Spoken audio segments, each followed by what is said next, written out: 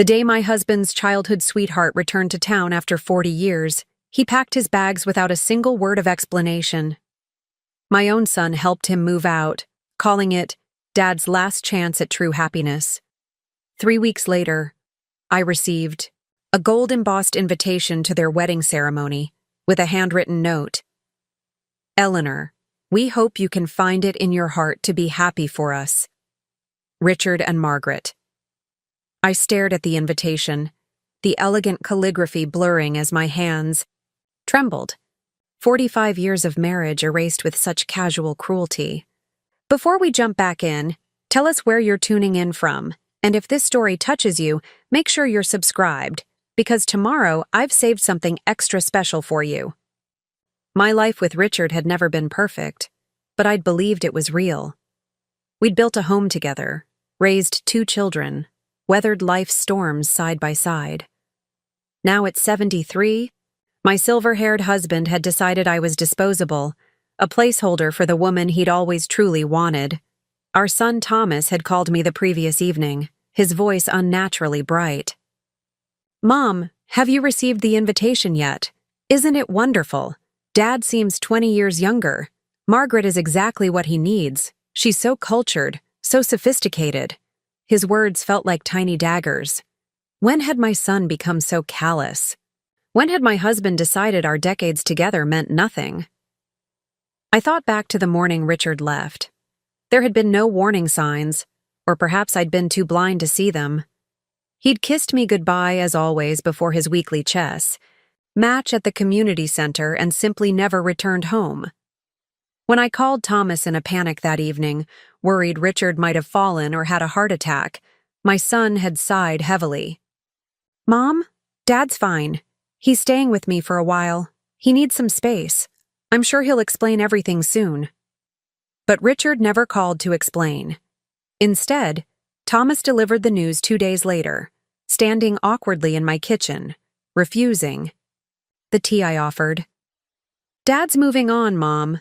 He's reconnected with Margaret, you know, his girlfriend from before you. Her husband passed away last year and they've reconnected. They're getting married. I'd nearly dropped the teapot. Married? We're still married.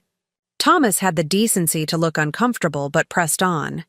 He's filing for divorce. It's all being taken care of. Dad says you can keep the house. It's not worth much anyway, and the neighborhood's gone downhill. He's moving into Margaret's place in Lakeside Estates. Lakeside Estates, the exclusive gated community where homes started at 7 figures. I'd expressed admiration for those beautiful houses once, and Richard had scoffed, saying we'd never belong in a place like that. Apparently, with Margaret, he would. This is insane, I'd whispered. Your father is 70. We've been married 45 years. He can't just... He can, Mom, and he is. Thomas had checked his watch then, eager to leave. He's happier than I've seen him in years. Margaret is brilliant. She speaks 3 languages. She's published 2 books on European architecture. They have so much in common. The unspoken implication hung heavy in the air, unlike Richard and me. I'd never had the opportunity for higher education. I'd worked as a nurse's aide while Richard finished his engineering degree, then raised our children while he built his career. By the time the kids were in school, I was in my 40s, too old in Richard's opinion to start over with education. Instead, I'd managed our home, volunteered at the library, and supported his career at every turn. When I called our daughter Catherine, I'd hoped for sympathy, but found none. Dad deserves to be happy, Mom. You two haven't really connected in years. Anyone can see that. Margaret is his intellectual equal. They're planning a Mediterranean cruise after the wedding to visit all the historical sites they've both always wanted to see. Richard and I had discussed travel once, years ago. He'd dismissed my desire to see Europe, saying I wouldn't appreciate the history or culture properly. I'd buried that dream alongside so many others. Now, 2 weeks after receiving the invitation, I sat at my kitchen table surrounded by the evidence I'd painstakingly gathered. Bank statements showing regular withdrawals over the past 5 years. Money sent to Margaret even while her husband was alive. Email printouts from our shared computer that Richard had forgotten to delete, dating back 3 years. Photos from a private investigator showing them together at a hotel downtown 18 months ago. The truth was ugly, but liberating. This wasn't a case of rekindled first love after a spouse's death. This was a long-running affair, carefully hidden and meticulously planned.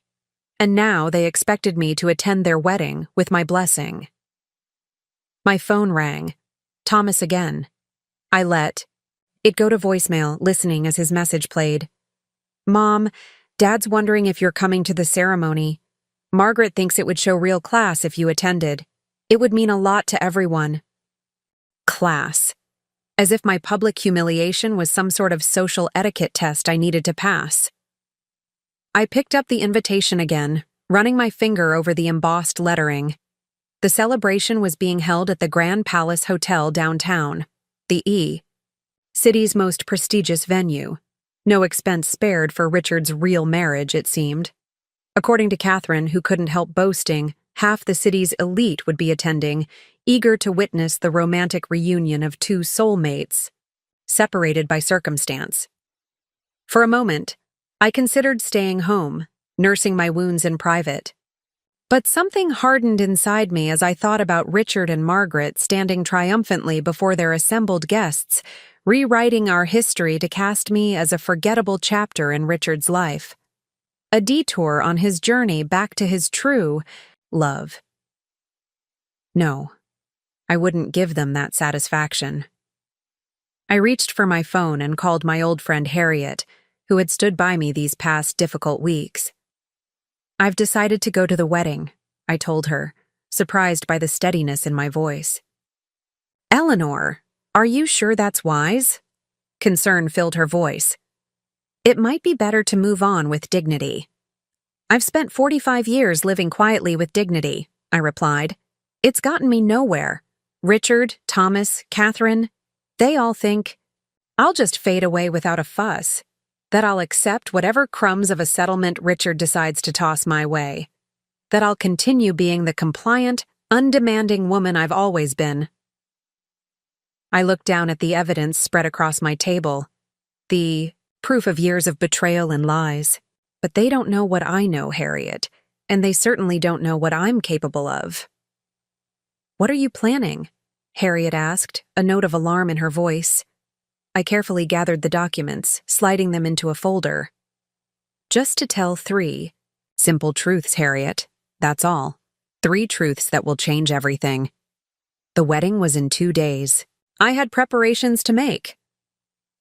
The Grand Palace Hotel gleamed like a fortress of privilege, its marble columns and crystal chandeliers a stark reminder of all the things Richard had always said were not for people like us.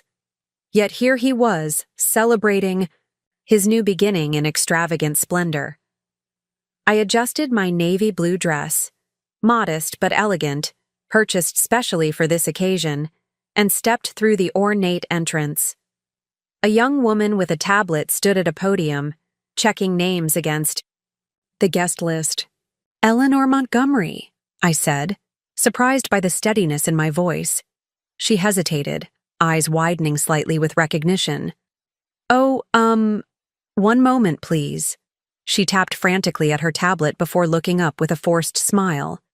Yes, Mrs. Montgomery, you're in the family section, 3rd row. Family section. How generous of them. As I made my way through the lobby, I felt the weight of stares following me. Whispers brushed past like autumn leaves, curious, judgmental, pitying. I kept my chin high, gripping my small clutch purse that contained the 3 pieces of evidence I'd carefully selected. The ceremony hadn't begun yet.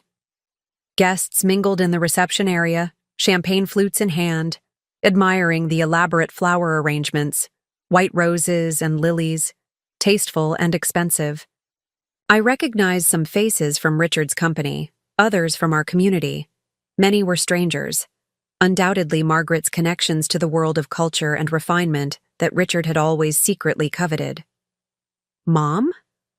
I turned to find Catherine, approaching, her expression a mixture of surprise and alarm.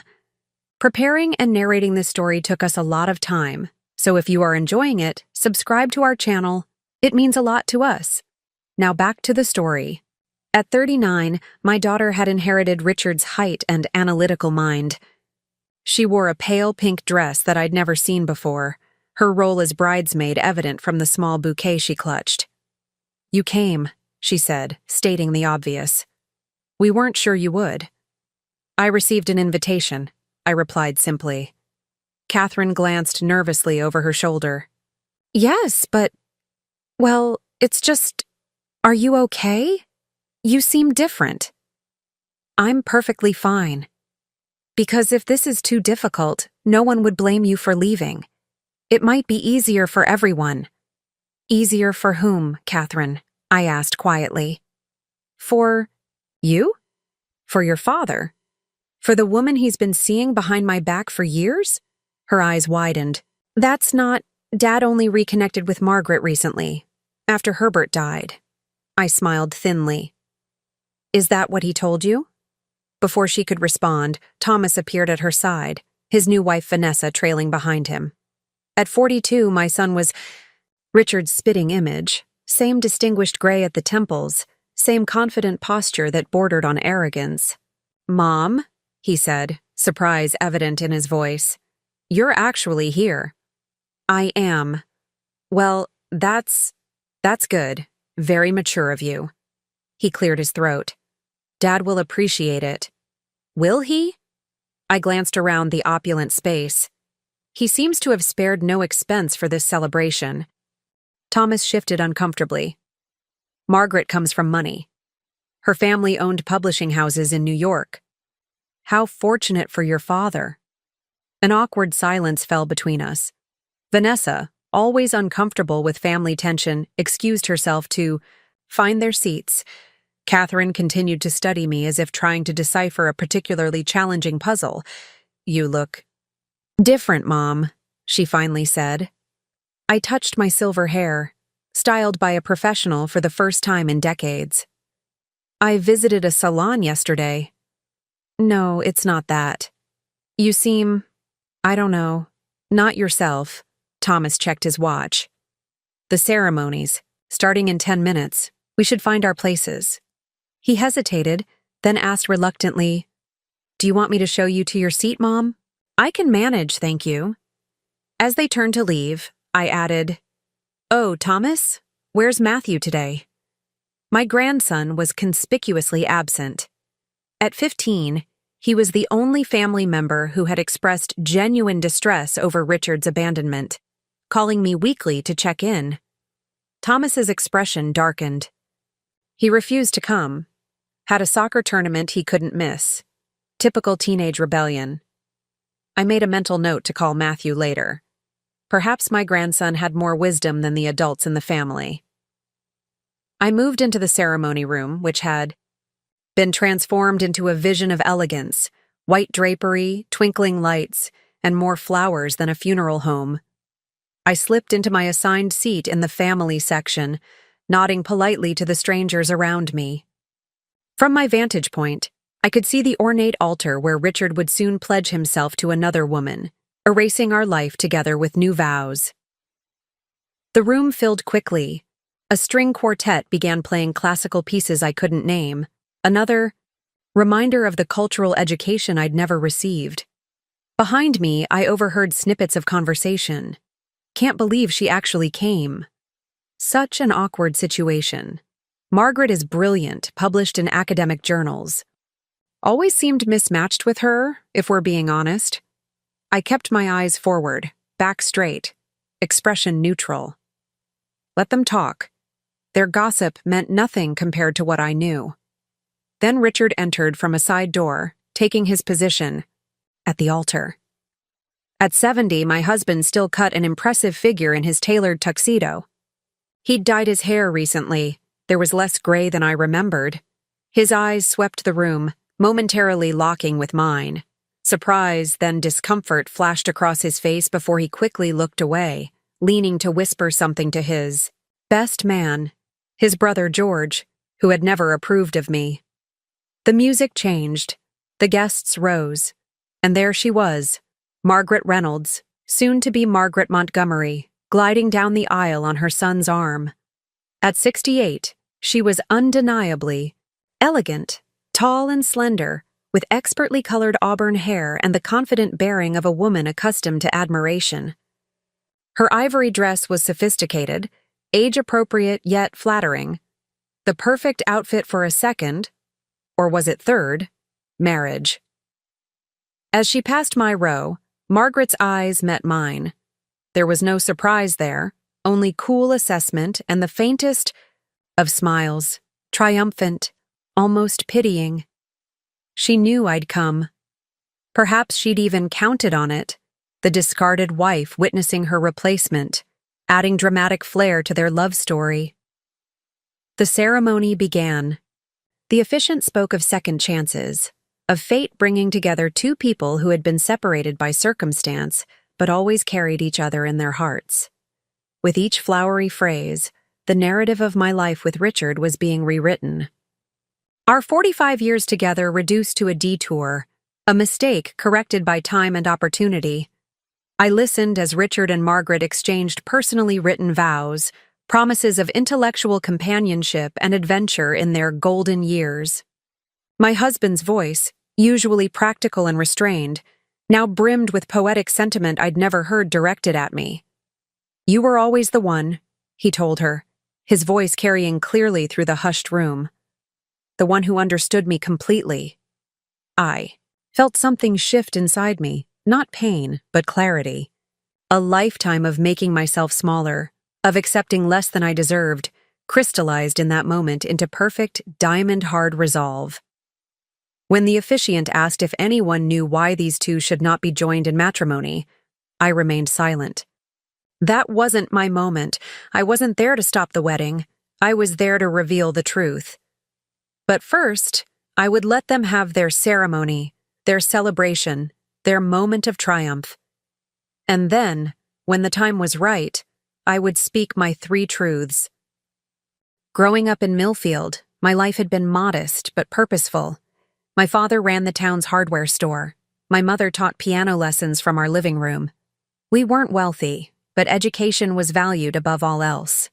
I'd been accepted to the State University with a partial scholarship, the first in my family with a chance at higher education. Then I met Richard Montgomery during my senior year of high school. Handsome and ambitious, he was already in his second year of engineering. School, home for the holidays when we crossed paths at a community Christmas dance. He spoke of bridges and skyscrapers with such passion that I could almost see them rising from his words. When he looked at me, I felt seen in a way I never had before. "You're different from the other girls," he'd told me during those early courtship days. "You really listen. You understand." Our romance bloomed quickly, intensely. By spring, we were talking about a future together. "I'd still go to college, of course," Richard insisted. "I want a wife who can keep up with me intellectually," he'd said. Then came the accident. My father slipped on ice outside the hardware store, the fall resulting in a complicated hip fracture. The medical bills mounted rapidly. Insurance covered only a portion, and the store struggled without my father's management. My college fund, painstakingly saved over years, was the only solution.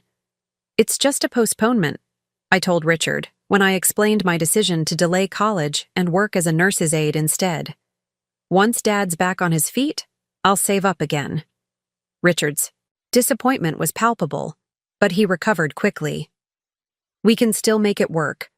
I'll graduate in a year, and then I'll support us both. You can go to college then." We married that summer, a small ceremony in my parents' backyard. Richard had just accepted a position with a promising engineering firm in the city, his future bright with possibility. I told myself that my sacrifice was temporary, that my turn would come. But life unfolds in unexpected ways. Richard's career demanded relocations. My father's recovery took longer than expected, requiring ongoing financial help. By the time things stabilized, I was pregnant with Thomas. Then, 3 years later, came Catherine. "You're so good with the children," Richard would say. They need you at home. College can wait a few more years. A few years became a decade. By then, Richard had connected with influential people, joined the right clubs. Our social circle expanded to include people with backgrounds vastly different from mine, people with pedigrees and postgraduate degrees. It was at one of these social gatherings, a faculty dinner at the university where Richard occasionally taught engineering courses, that I first met Margaret Reynolds. She was visiting from New York, giving a guest lecture on architectural history. Tall, refined, and intimidatingly articulate, she commanded the room in a way I could only envy. Richard Montgomery, she'd said when introduced to my husband, recognition, lighting her eyes. From Westfield High? Class of 70? Richard's entire demeanor had transformed. Margaret? Margaret Collins. Is that you? Reynolds now, she'd corrected, holding up her left hand to display a wedding ring. But yes, it's me.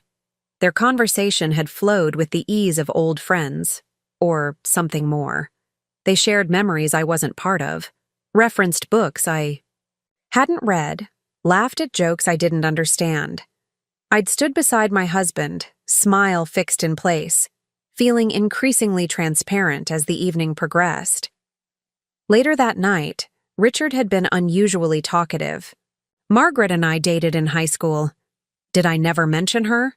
First serious relationship for both of us. No, I'd answered quietly. You never did. Her father got a job in New York our senior year. We tried the long-distance thing, but, well, you know how it is at that age. He'd stared into his glass of whiskey, momentarily lost in memory. She was brilliant even then. Always knew she'd do something remarkable. Why did you break up? I'd asked, something uneasy stirring within me. He'd shrugged. Distance. Timing. Life. Then, almost as an afterthought, she's married to Herbert Reynolds now. Publishing magnate, philanthropist. They have a life I could never have given her. There was something in his voice, regret, perhaps, or resignation, that stayed with me long after the conversation ended. After that night, Margaret's name appeared in our lives. With increasing frequency, she and her husband had purchased a summer home in our city. She was giving another lecture series. Richard had run into her at a professional conference, and they'd had lunch to catch up. Just old friends reconnecting, he'd assured me when I finally expressed concern. Herbert's always there. It's completely innocent. I'd believed him because I needed to, because the alternative was too painful to contemplate. Besides, I was busy with the children, with volunteering, with maintaining our home and supporting Richard's increasingly demanding career. I told myself that the occasional melancholy I detected in my husband was simply the natural reflection of a man in his middle years, looking back and wondering about paths not taken. When Thomas was in high school, I'd broached the subject of, finally, pursuing my own degree. At your age? Richard had responded, genuinely bewildered. Eleanor, be realistic. What would be the point now? Focus on something practical, your gardening, perhaps, or those charity committees you enjoy. I'd swallowed my disappointment and nodded. By then, the pattern was too deeply established to break. Richard was the achiever. I was the supporter. He built the world. I maintained his home base. Our roles had calcified around us like amber, preserving us in positions established decades earlier. As the years passed, Richard's career flourished. He became known for innovative designs, was sought after for prestigious projects. Our financial security grew alongside his reputation. We moved to a larger home in a better neighborhood, joined the country club, took modest vacations. From the outside, we presented the image of a successful upper-middle-class couple approaching retirement, with dignity and comfort. If Richard seemed increasingly distant, if our conversations grew increasingly superficial, I attributed it to the natural evolution of a long marriage. We had our children, our home, our community standing. It seemed ungrateful somehow to expect passion or deep connection after so many years. Then Herbert Reynolds died. The news came through mutual acquaintances. A heart attack, sudden but not entirely unexpected given his health issues. Richard had expressed appropriate sympathy, sent a formal condolence card. 2 weeks later, he mentioned running into Margaret at a coffee shop. "She's handling it with remarkable grace," he'd said. Such strength of character. I'd noticed his increased absences after that, longer hours at the office, weekend consultations, an expanded gym routine. The signs were there, but I'd chosen not to read them, not to acknowledge the slow-motion collapse of my life until the day he'd packed his bags and walked out our door.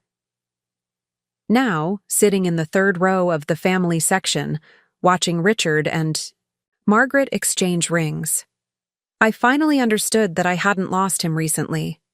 I'd lost him decades ago, or perhaps never truly had him at all. But understanding brought clarity, and clarity brought strength. These people had underestimated me for the last time. The reception was held in the hotel's grand ballroom, a space transformed into a winter wonderland despite the mild September evening outside. Crystal sculptures caught and refracted light, creating prismatic patterns across the white linen tablecloths. An ice sculpture of intertwined hearts served as the centerpiece for the elaborate buffet. I'd been placed at what could only be described as the exile table, far from the wedding party, surrounded by Richard's distant relatives and a couple of Margaret's elderly aunts who periodically squinted at me with undisguised curiosity. The seating arrangement was deliberate, of course. Keep Eleanor contained, controlled, away from important guests who might ask uncomfortable questions. "You're Richard's first wife, aren't you, dear?" one of Margaret's aunts finally asked, her voice carrying that particular tone elderly women use when they're being polite but judgmental. "I'm still legally his wife," I corrected gently. "The divorce isn't final." Her eyebrows shot up, disappearing beneath her silver bangs. "Oh, I had no idea. How modern." I smiled and sipped my champagne. The aunt turned away, undoubtedly storing this tidbit to share later with maximum dramatic effect. From my position, I could observe without being observed. Richard and Margaret moved through the crowd like visiting royalty, accepting congratulations and well wishes. My children flanked them protectively, Thomas vigilant, Catherine radiant. The perfect family portrait, with me neatly cropped out. Catherine had always been Richard's favorite. Even as a child, she'd shown the analytical mind he valued, the quick grasp of concepts that he considered the hallmark of intelligence. He'd spent hours with her on mathematics and science projects, beaming with pride when she followed his footsteps, into engineering. Their bond had only strengthened when she married James, an architect from a prestigious firm, further expanding Richard's professional connections. Thomas, though equally successful as a corporate attorney, had always worked harder for his father's approval. Perhaps that explained his current behavior, orbiting Richard and Margaret like an anxious satellite, laughing too loudly at their jokes, refilling their champagne glasses, introducing them to important guests with practiced enthusiasm. His wife Vanessa stood slightly apart, her discomfort evident in her tight smile and the way she clutched her purse. I caught Vanessa's eye across the room and offered a small wave. She hesitated, then nodded in acknowledgement before quickly turning away. I didn't blame her. Loyalty in this situation was complicated, and she had chosen the pragmatic path. The dinner service began, a 5-course meal featuring ingredients I could barely pronounce. The elderly aunt to my left complained loudly about the fussy food, while I methodically worked my way through each artistic plate. I needed my strength for what was coming. Midway through the main course, I excused myself and headed toward the restroom. My path deliberately took me past the head table, where Richard was deep in conversation with Margaret's son, an investment banker from London. Both men looked up as I approached, their expressions shifting from animation to wariness. "Eleanor," Richard said, rising halfway from his seat. "Is everything... Are you enjoying yourself?" I smiled. "The salmon is excellent. You've always had impeccable taste, Richard." Margaret reached for her water glass, tension visible in the stiffness of her movements. "Thank you for coming," she said, her voice carefully modulated. "It means a lot to us that you could be part of this day." Her words were for the benefit of those listening, a performance of gracious inclusion. I played along. I wouldn't have missed it. 45 years gives one a certain investment in a person's happiness. Richard's jaw tightened. Margaret's son cleared his throat awkwardly. "If you'll excuse me," I said, moving past them toward the restroom. Once inside, I leaned against the marble counter and studied my reflection. The woman looking back at me seemed different somehow. Spine straighter, eyes clearer. For decades, I'd defined myself through Richard's perception. His dismissal had left me temporarily unmoored, but now I was finding my own center of gravity. When I returned to the reception, the toast had begun. Richard's brother George was at the microphone, glass raised. "To second chances," he was saying. "Sometimes life gives us the opportunity to correct our course, to find the path we were always meant to follow. Richard, you've finally found your true north." The crowd murmured appreciatively. I resumed my seat, smiling placidly as toast after toast celebrated the destined reunion of two souls, temporarily separated by fate. No one mentioned me directly, though several speakers referenced fresh starts and leaving the past behind. As coffee and dessert were served, Catherine approached my table. She'd been watching me all evening, her expression a mixture of suspicion and concern. "You're being very composed," she said, sitting in an empty chair beside me. "Did you expect hysteria?" I asked mildly. "Honestly?" "Yes." She studied me. "What are you up to, Mom?" "I'm attending my husband's wedding as invited." Catherine leaned closer, lowering her voice. "Dad feels guilty enough without you playing whatever game this is. He's provided for you generously in the divorce settlement. The house, a substantial alimony. The house that needs a new roof and foundation repairs?" I interjected. "The alimony that's barely enough to cover property taxes and basic expenses after 45 years of marriage." "He could have given you nothing," she hissed. "It's not like you contributed financially." The casual cruelty of her statement momentarily took my breath away. "I see. And who raised you and Thomas while your father built his career? Who managed the household, organized the social engagements that helped him network, entertained his clients and colleagues?" Catherine had the grace to look momentarily abashed, but recovered quickly. "That was your choice. You could have gone back to school, built your own career." "When, exactly? Between your piano lessons and Thomas's soccer practices? During the 3 relocations for your father's career advancements? Perhaps while I was caring for your grandparents in their final years." She sighed heavily. "This is exactly why Dad needed to move on. Everything's always about what you gave up, what you sacrificed. It's exhausting. Perspective is a funny thing, isn't it?" I took a sip of water. "From where I'm sitting, your father's narrative has always been the one that mattered. His career, his needs, his happiness. The rest of us were just supporting characters." Catherine stood abruptly. "I'm not having this conversation. Just don't make a scene, okay? For once, think about someone besides yourself." As she walked away, I noticed Thomas watching us from across the room, his expression anxious. He'd always been the peacekeeper in the family, uncomfortable with conflict. I gave him a reassuring smile, which only seemed to increase his apprehension. The evening progressed according to plan. The cake cutting, the first dance, the carefully orchestrated celebrations. Richard and Margaret moved through each ritual with choreographed perfection. I remained in my assigned seat, observing it all with detached interest. like an anthropologist studying an unfamiliar cultural ceremony. Periodically, I'd catch Richard, glancing in my direction, his expression increasingly uneasy.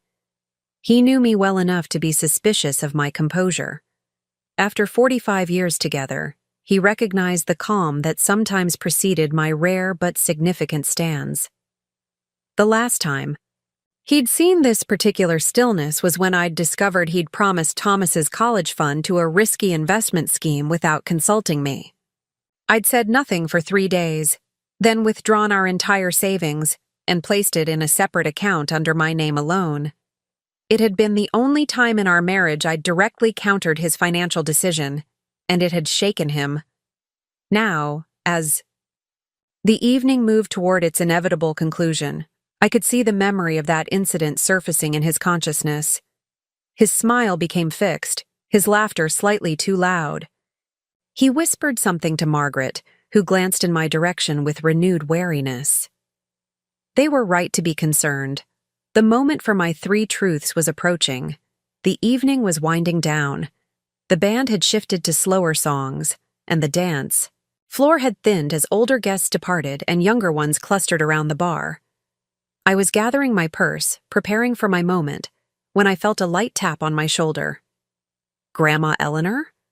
I turned to find a lanky teenage boy in a slightly rumpled suit, his tie loosened and hair falling across his forehead. Matthew, Thomas's son, supposedly at a soccer tournament. Matthew! I reached up to embrace him, genuinely surprised. Your father said you couldn't make it. He shrugged, the universal teenage gesture of calculated nonchalance masking deeper feelings. I told him I wasn't coming, then I changed my mind. Does he know you're here? Not yet. Matthew glanced across the room toward his father, who was engaged in animated conversation with a group of Margaret's friends. I took an Uber from the tournament. We lost in the semifinals, so... He trailed off, fidgeting with his cufflinks, a gift from Richard for his 15th birthday. I'm glad you came, I said, patting the chair beside me. It's good to see a friendly face. Matthew sat, his gangly frame folding into the chair. At 15, he was in that awkward stage between boy and man, growing too quickly for his own coordination, to keep up. But his eyes, those were pure Montgomery, observant and intelligent. This is weird, right? He said, gesturing vaguely at the reception. Grandpa getting married when he's still married to you? Everyone acting like it's normal? I smiled at his directness. Yes, it's decidedly weird. Dad says it's complicated. Adult stuff. Matthew rolled his eyes. That's what he always says, when he doesn't want to explain something. What do you think about it? I asked, curious about his perspective. Matthew considered for a moment, surprisingly thoughtful for his age. I think it's messed up. You were together forever, and then he just leaves? For someone he dated in high school? He shook his head. It's like those midlife crisis movies where old guys buy sports cars and date young girls. Except Grandpa's too old for a midlife crisis, and Margaret isn't young. I couldn't help but laugh at his assessment. That's a remarkably accurate summary. And the way everyone's treating you. He frowned. Mom and Dad and Aunt Catherine? It's not right. I patted his hand, touched by his loyalty. They're in a difficult position. No, they're not, he said firmly. They're choosing sides, and they picked the wrong one. He lowered his voice. Dad keeps talking about Margaret's connections, how she can help him make partner at the firm. And Aunt Catherine's the same, all excited about Margaret's friends in the engineering world. This wasn't entirely surprising, but hearing it stated so baldly was illuminating. My children weren't just supporting Richard out of loyalty. They were making calculated decisions about their own advancement. The thought settled heavily in my stomach. Grandma, Matthew said, suddenly serious. Are you okay? Really okay? Because you can stay with me and Dad if you need to. I'll make him say yes. The offer, so earnest, so naively confident in his ability to influence his father, brought tears to my eyes. I'm going to be just fine, sweetheart, but thank you. That means more than you know. Matthew nodded, then reached into his inside jacket pocket. I brought something for you. Found it when I was looking for my birth certificate for soccer registration. He handed me a creased envelope, yellowed with age. I opened it carefully to find a Mother's Day card, handmade on construction paper. Inside, in Thomas's childish handwriting, "To the best mom ever. Thank you for helping me with my science project when Dad was too busy. Love, Tommy." Dad made that when he was around my age, Matthew said. There's a whole box of cards and stuff in the attic. Letters from you to Dad when he was in college, pictures of your wedding, all kinds of things. I traced the faded crayon. Drawing. A crude but heartfelt depiction of Thomas and me working on what appeared to be a model solar system. Your father was so proud of that project. He won first place in the science fair. He never talks about stuff like that, Matthew said. But that box is full of memories. I sat up there for like 2 hours reading everything. He hesitated. There's stuff from Grandpa too. Letters he wrote to you when you were dating. He seemed different then. We were all different then, I said softly. Matthew fidgeted with his water glass.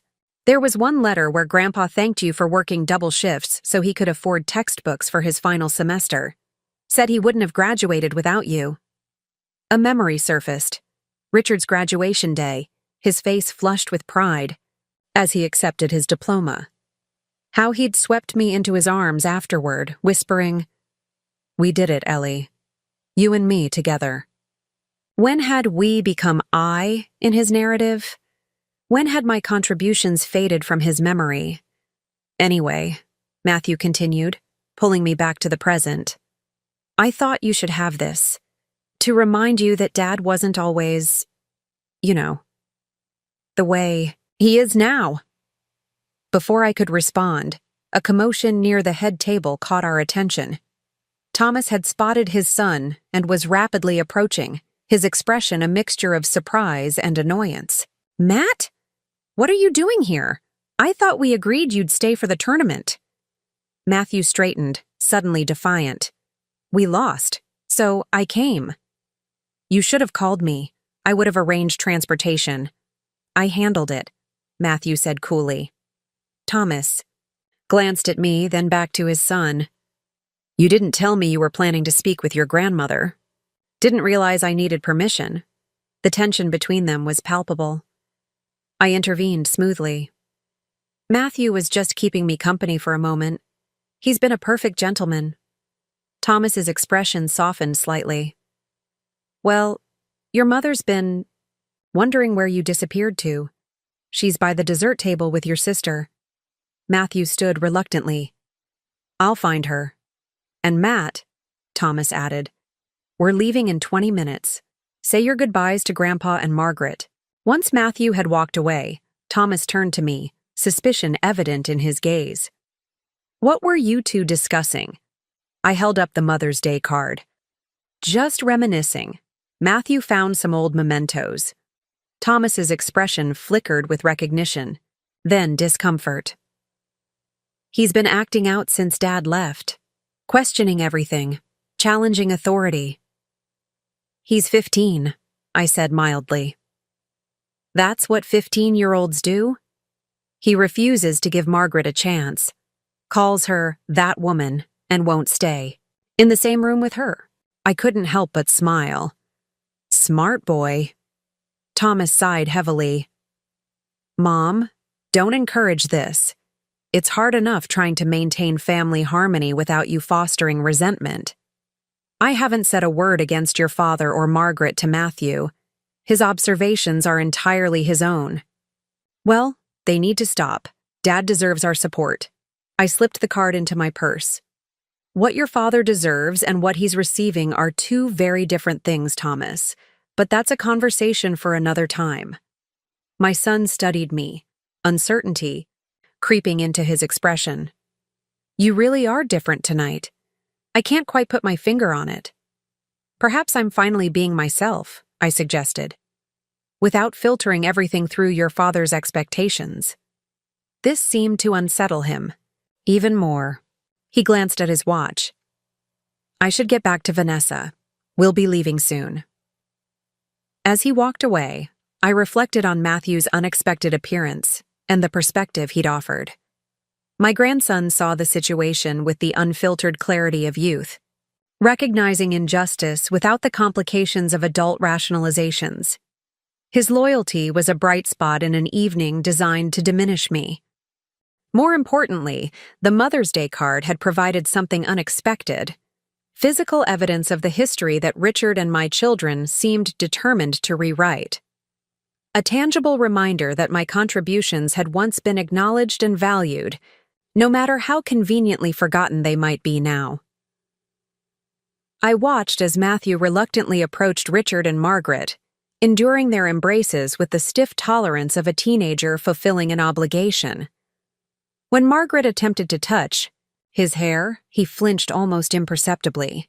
Richard noticed, his smile faltering momentarily before he clapped his grandson on the shoulder and said something that made the adults laugh while Matthew remained stoic.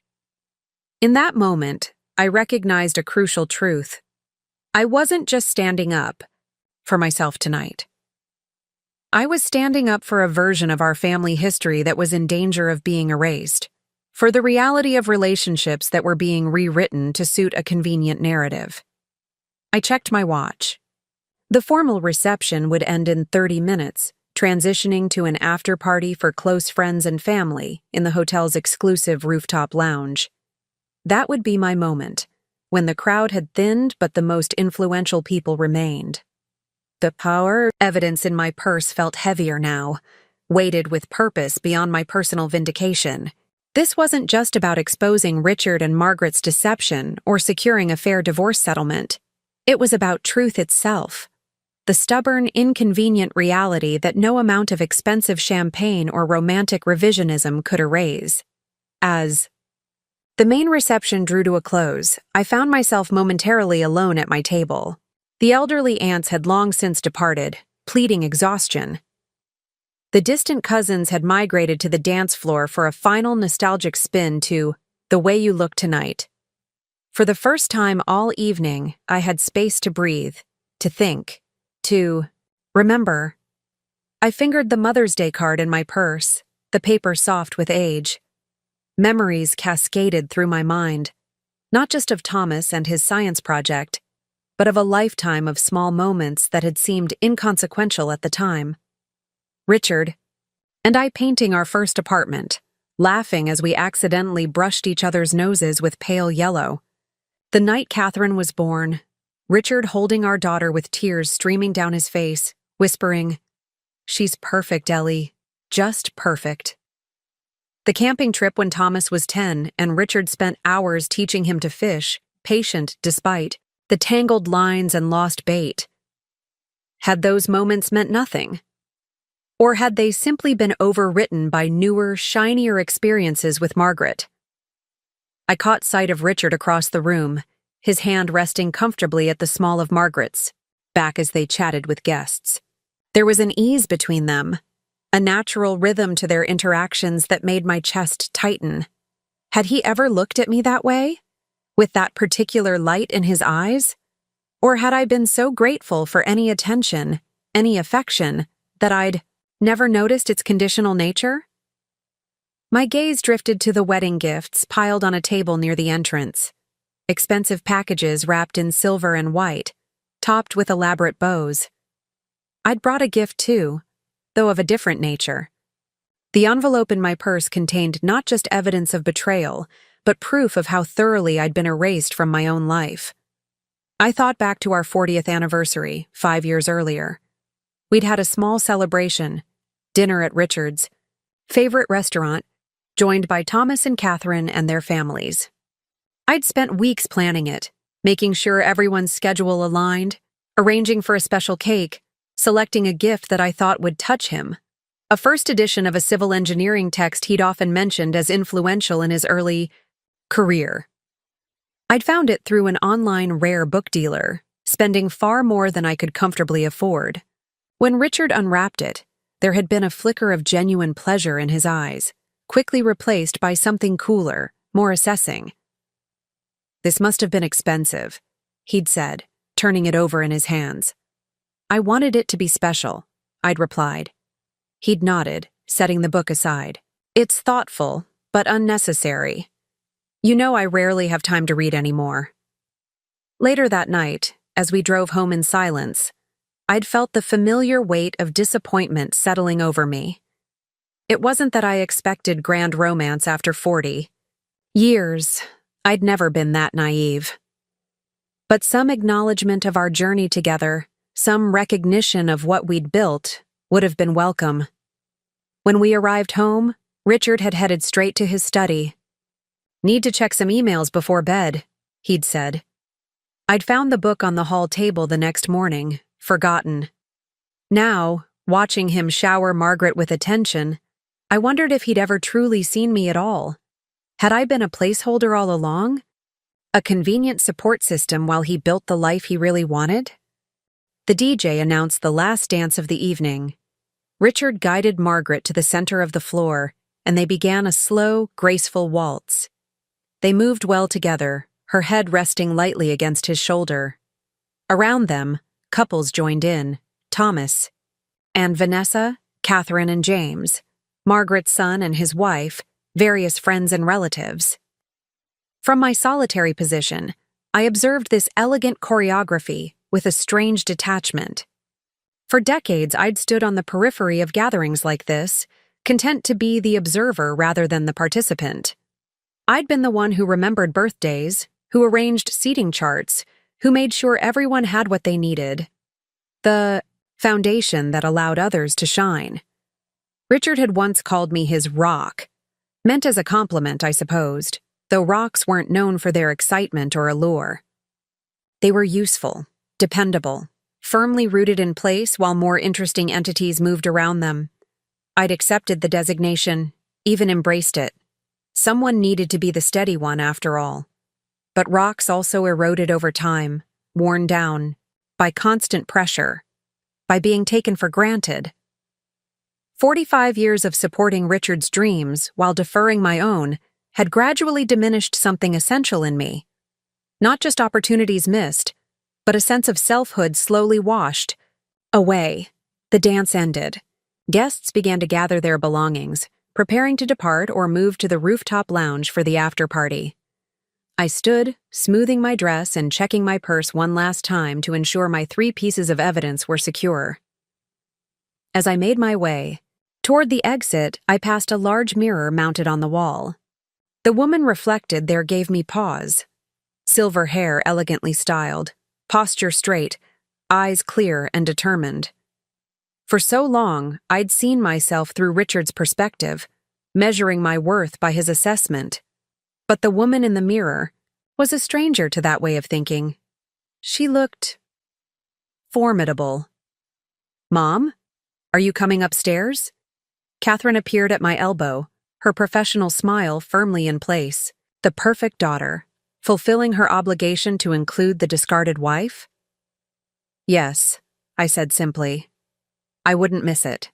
She studied me, suspicious but uncertain of exactly what she was suspicious about. "Dad and Margaret are already heading up. It's just close friends and family now." "Perfect." I smiled, a genuine expression that seemed to unsettle her even more than my earlier composure. We rode the elevator in silence, Catherine checking her phone periodically as if hoping for a distraction. When we reached the rooftop lounge, she immediately peeled away to join her father, leaving me to my own devices once again. The space was stunning, glass walls offering panoramic views of the city skyline, twinkling lights strung overhead to mimic the stars, candles flickering on high-top tables. About 40 people milled about, the inner circle of Richard and Margaret's world. I recognized corporate executives, university deans, local politicians, the power players Richard had always cultivated. A waiter offered me champagne, which I accepted gratefully. Dutch courage, my father would have called it. I took a steadying sip, then another, letting the bubbles fortify my resolve. Across the room, Richard was deep in conversation with the mayor and his wife, Margaret at his side, nodding at appropriate intervals. Thomas hovered nearby, clearly hoping to be included in the discussion.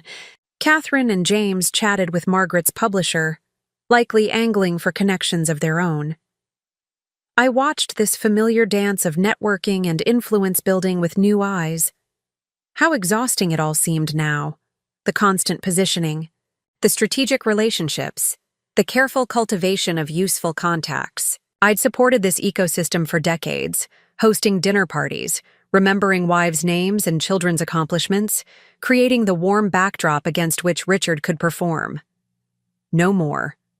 Margaret glanced in my direction, whispering something to Richard. He turned, our eyes meeting across the room. For a moment, something passed between us. A flicker of the connection that had once existed, perhaps, or simply the recognition that a significant boundary was about to be crossed. I raised my champagne glass slightly, a silent acknowledgement. Richard's expression tightened.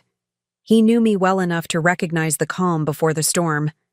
It was time for my first truth. I moved through the crowd with deliberate calm, acknowledging familiar faces with slight nods but refusing to be drawn into conversation. My destination was clear, the small raised platform at one end of the rooftop lounge where a microphone stood, presumably for toasts or announcements. As I approached, Richard broke away from his conversation with the mayor, intercepting me halfway. "Eleanor," he said quietly, his voice tense. "What are you doing?" "Participating," I replied, matching his tone. "Isn't that what you wanted? For me to be part of your special day?" His eyes narrowed slightly. "You've been acting strangely all evening? Have I?" I thought I was being remarkably composed given the circumstances. Richard glanced around, ensuring no one was within earshot. "If you have something to say to me, we can discuss it privately. There's no need to— But this isn't a private matter anymore, is it?" I gestured to the gathered guests. "You've made it very public. The romantic reunion, the second chance at true love, it's quite the narrative you've constructed." He paled slightly. "Eleanor, please, whatever you're planning—" "Excuse me," I said, stepping past him. "I believe it's time for a toast." Before he could stop me, I climbed the 2 steps to the platform and tapped the microphone. The feedback drew everyone's attention, conversations falling silent as heads turned in my direction. From this vantage point, I could see the entire gathering, the curious expressions, the anticipatory smiles, the sudden concern on Richard and Margaret's faces. "Good evening," I said, my voice steady despite the rapid beating of my heart. "For those who don't know me, I'm Eleanor Montgomery, Richard's wife." A murmur rippled through the crowd. Someone near the back whispered audibly, "I thought they were divorced already." "Not yet," I continued with a small smile.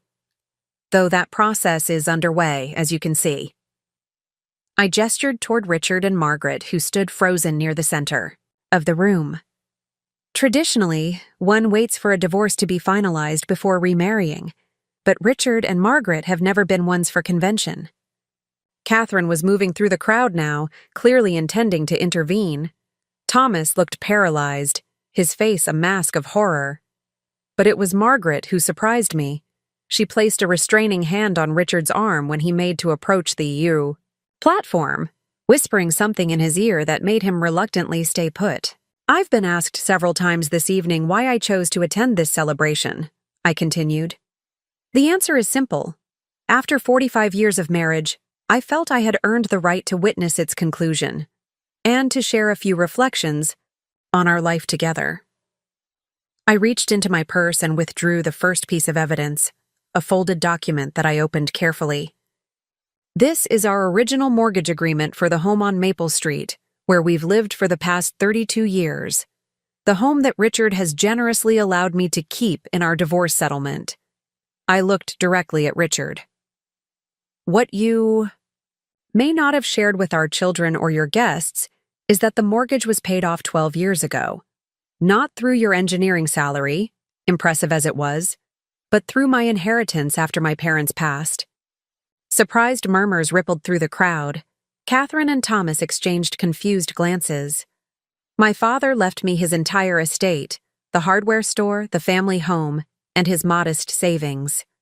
Richard advised me to sell everything and use the proceeds to pay off our mortgage, arguing that property ownership was the most secure investment. I agreed, believing we were building our future together. I folded the document and returned it to my purse. That home, the one you so magnanimously gave me in the settlement, was purchased with my inheritance. It has always been as much mine as yours, perhaps more so. Richard's face had darkened, but he remained silent. Margaret's hand still rested on his arm, though her expression had grown wary. I mention this not to discuss property division, our lawyers can handle that, but because it illustrates a pattern I've only recently recognized. I surveyed the room, making brief eye contact with several guests. The pattern of my contributions being minimized, dismissed, or forgotten entirely. I withdrew the second piece of evidence, a stack of bank statements bound with a paperclip. These are statements from our joint account spanning the years 1990 to 1995. During that period, Richard was between major projects, and his income was inconsistent. I took a position as an office manager at Dr. Levinson's practice to stabilize our finances. I looked toward Thomas and Catherine. Those were the years when you both needed braces, when Thomas started college, when Catherine was preparing for her advanced placement exams. My salary covered our health insurance, your dental work, your educational expenses. I could see Catherine's face growing pinched with discomfort. Thomas looked down at his shoes. When Richard secured the Sierra Vista project in 1996, effectively relaunching his career, my contribution was promptly forgotten.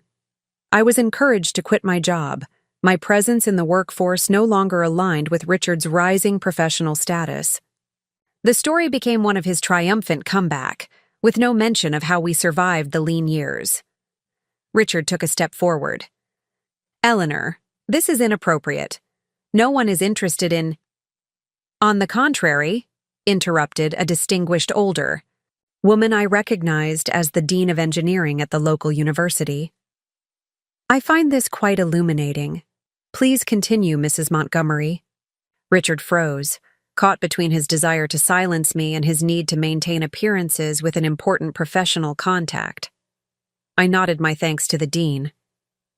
My final point is perhaps the most relevant to today's celebration. I withdrew. The third piece of evidence, a manila envelope containing photographs. These were delivered to me 3 days ago by a concerned party who felt I should know the full truth before agreeing to any divorce settlement. With deliberate movements, I removed several photographs and held them up so they were visible to those closest to the platform. These show Richard and Margaret at the Mountain View Hotel in 2017, and again in 2018, and here at a cafe in Portland in 2019. The dates were significant, and the room knew it. Herbert Reynolds had died just 8 months ago.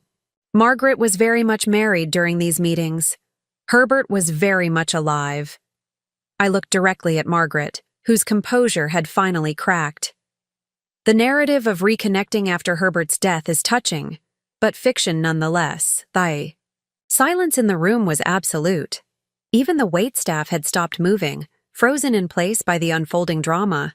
I am not here to prevent this marriage, I continued, my voice softening slightly. What's done is done. But I will not allow my life, our life together, to be rewritten for the sake of a more palatable story. I will not be cast as the convenient placeholder, the unrefined housewife who never quite measured up. I gathered the photographs and returned them to my purse. These are my truths. The mortgage was paid with my inheritance. Our family survived financial hardship through my employment. And this relationship, I gestured between Richard and Margaret, began long before Herbert's passing. Keep these facts in mind when you hear talk of generosity in divorce settlements or romantic reunions of childhood sweethearts.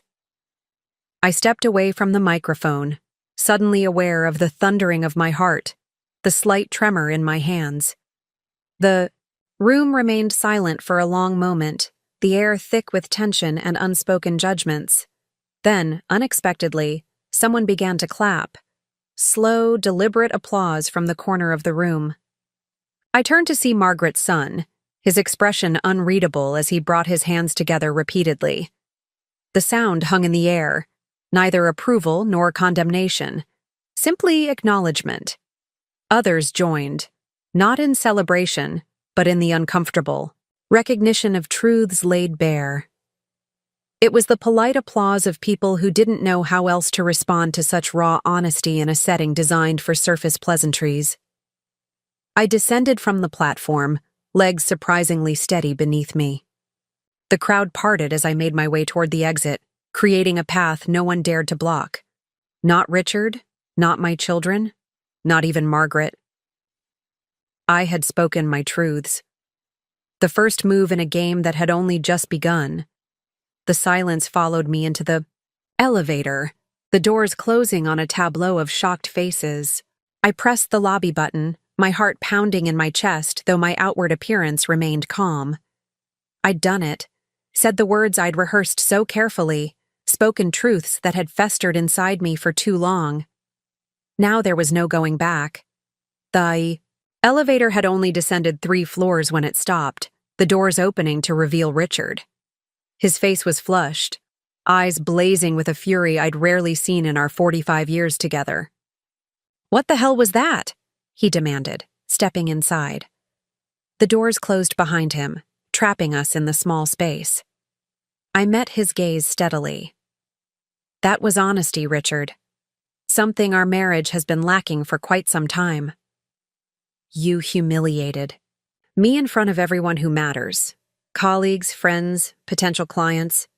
Do you have any idea what you've done?" "I corrected the record," I replied. "Someone needed to." The elevator continued its descent, the tension between us making the small space feel airless. Richard ran a hand through his silver hair, a gesture I'd seen countless times during our marriage whenever he was deeply agitated. This vindictive display. Is it about money? Is that what you want? Fine. Name your price. I'll increase the settlement if it means you'll disappear quietly. The casual cruelty of his words struck me like a physical blow. After everything I'd just revealed, he still saw this as a simple transaction. My silence in exchange for financial compensation. "It was never about the money," I said softly. "It was about the truth, about recognition." "Recognition?" He practically spat the word. "For what? Playing the martyr? The long-suffering wife? That's always been your favorite role, hasn't it?" The elevator reached the lobby, but neither of us moved as the doors opened. A young couple waiting to board took one look at our tense faces and quickly stepped back, allowing the doors to close. Again, the elevator remained stationary, suspended between floors. "My role," I said, finding strength in the calmness of my voice, "was whatever you needed it to be. Nurse when you were building your career. Hostess when you needed to impress colleagues. Office manager when your income faltered. Mother to your children. Caretaker to your parents in their final years. I shaped myself to fill the spaces in your life, and I supported you completely. You never wanted for anything. Except respect," I interrupted. "Except acknowledgement. Except a voice in decisions that affected my life." Richard scoffed. "This revisionist history is beneath you, Eleanor. You chose your path. No one forced you to drop out of college, to become a housewife." "That's right," I agreed, surprising him into momentary silence. I chose. I chose us, Richard. I chose our family. But you..." I paused, the realization crystallizing as I spoke. "You never chose me, did you?" "Not really. I was convenient, available, devoted." Something flickered in his eyes. Discomfort, perhaps, or the faintest glimmer of recognition. "That's ridiculous," he said, but the conviction had faded from his voice. We had a good life together. We had a life, I corrected. One where my needs were secondary, my ambitions irrelevant. One where I could be replaced without a second thought once a better option presented itself. The elevator doors opened again, this time revealing a concerned security guard. "Everything all right in here, folks?" he asked, eyeing us cautiously. "Fine," Richard said curtly. "We were just leaving." We stepped into the lobby, the security guard watching us warily. The space was relatively empty, most hotel guests either in their rooms or still at various events throughout the building. A few people sat in the lounge area, absorbed in conversations or their phones. Richard steered me toward a quiet corner, his hand hovering near my elbow without quite touching me. "Let's be practical about this," he said, his tone shifting to the reasonable problem-solving voice he used in professional negotiations. "What's done is done. The wedding has happened. Margaret and I are legally married now." "Yes, you certainly wasted no time," I observed. He ignored the jab. "The divorce proceedings are underway. We can revisit the settlement if necessary, make adjustments that feel more equitable to you. After tonight, I expect we'll be revisiting quite a lot." Richard's eyes narrowed. "What exactly do you mean by that?" Before I could respond, the elevator doors opened again. Thomas emerged, followed by Catherine. Their faces wore identical expressions of controlled anger, barely masking panic. "Mom," Catherine began, her voice tight. "What were you thinking? Do you have any idea what you've done up there?" Thomas jumped in, ever the attorney. "The accusations you made, the photographs, these are serious allegations that could have legal implications." "They're not allegations," I corrected. "They're facts. Facts I can substantiate." "Even if that's true," Thomas pressed, "there are appropriate channels for addressing such concerns. A private settlement discussion, mediation, not a public spectacle at Dad's wedding." "His wedding," I repeated, emphasizing the irony. "While still legally married to me. If we're discussing appropriate channels, Thomas, perhaps we should start there." Catherine stepped closer, lowering her voice though her intensity remained undiminished. "People are leaving, Mom. The mayor and his wife, the university trustees, Margaret's publisher. They're making excuses, but it's clear they're uncomfortable with the situation." "How unfortunate," I said, unable to keep the edge from my voice. "Social discomfort is certainly worse than decades of erasure and betrayal."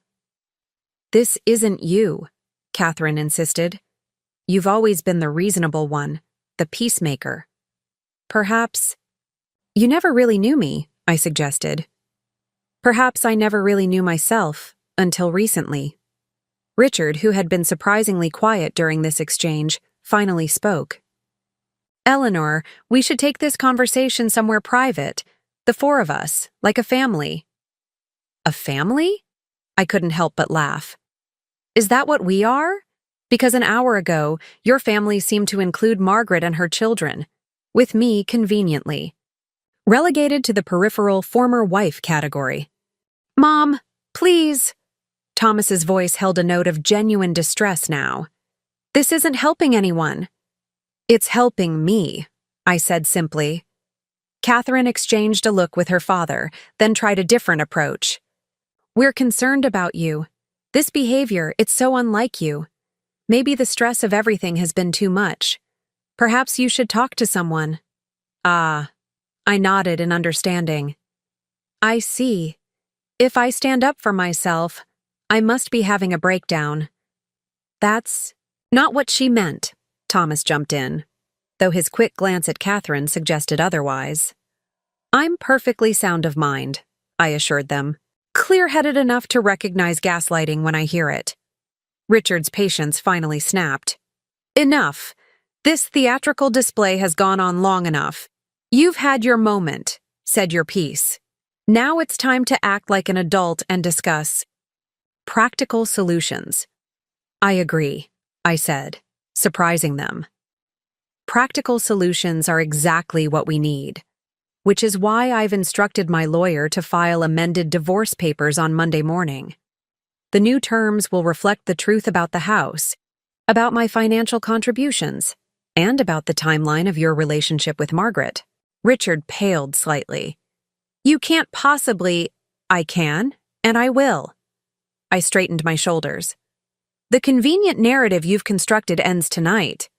From now on, we deal in facts. The main elevator bank dinged again, and Margaret emerged. Her composure partially restored, though her eyes betrayed her agitation. She approached our group with measured steps, shoulders back, chin high, a woman accustomed to managing difficult situations with grace. Richard, she said, her voice steady. Most of the guests have departed. I've thanked them for coming and apologized for the unexpected conclusion to the evening.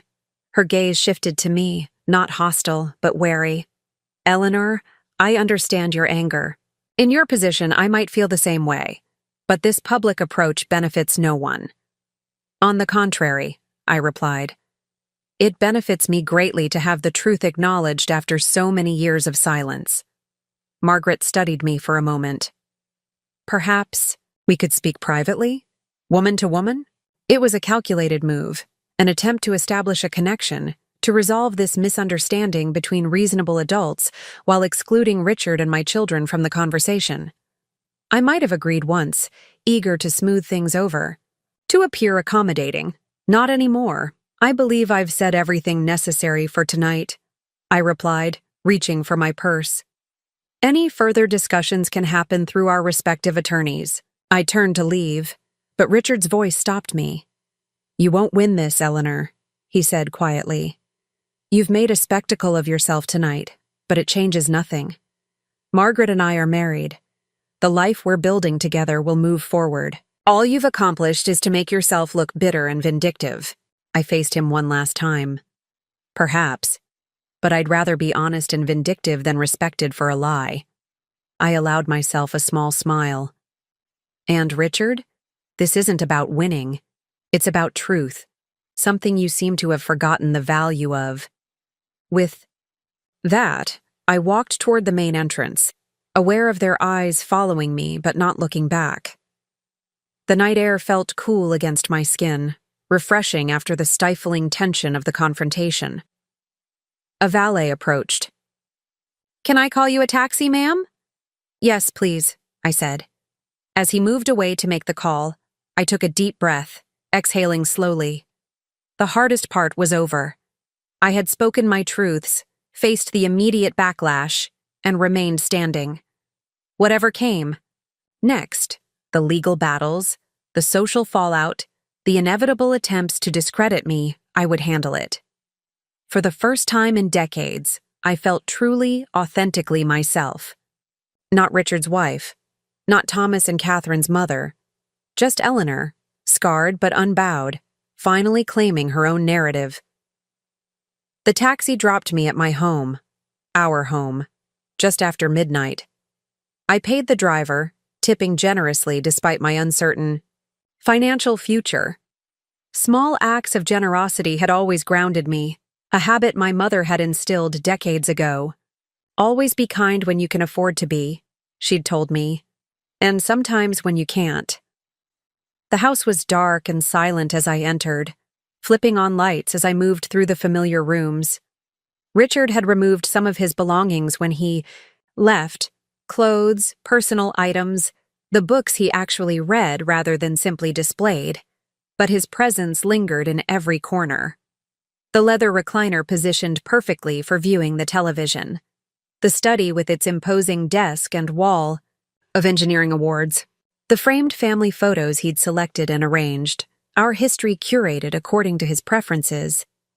I set my purse on the kitchen counter and filled the kettle, craving the comfort of tea after the evening's emotional marathon. As the water heated, I kicked off my shoes and allowed myself a moment to simply breathe. My phone buzzed, a text from Harriet. How did it go? Are you okay? I smiled at her concern. I'm fine, I typed back. Said what needed saying. Tell you everything tomorrow. The tea was just steeped when a second text arrived, this one from an unexpected source, Matthew. Grandma just heard what happened. Dad won't tell me details, but he's furious. Whatever you did, I bet it was awesome. Call me tomorrow? A warmth spread through my chest, unrelated to the hot tea. My grandson's unwavering support was a balm I hadn't realized I needed. Will call.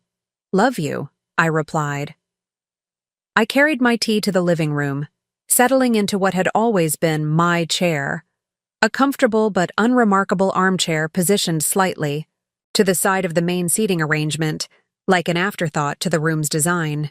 From this vantage point, I'd observed countless dinner parties, family gatherings, professional discussions, always present but rarely central. Tonight, that perspective felt different. I saw the room through new eyes, noting how the furniture, arrangement subtly reinforced hierarchy, how even the artwork reflected Richard's tastes rather than mine. The space suddenly felt foreign, a stage set for someone else's life.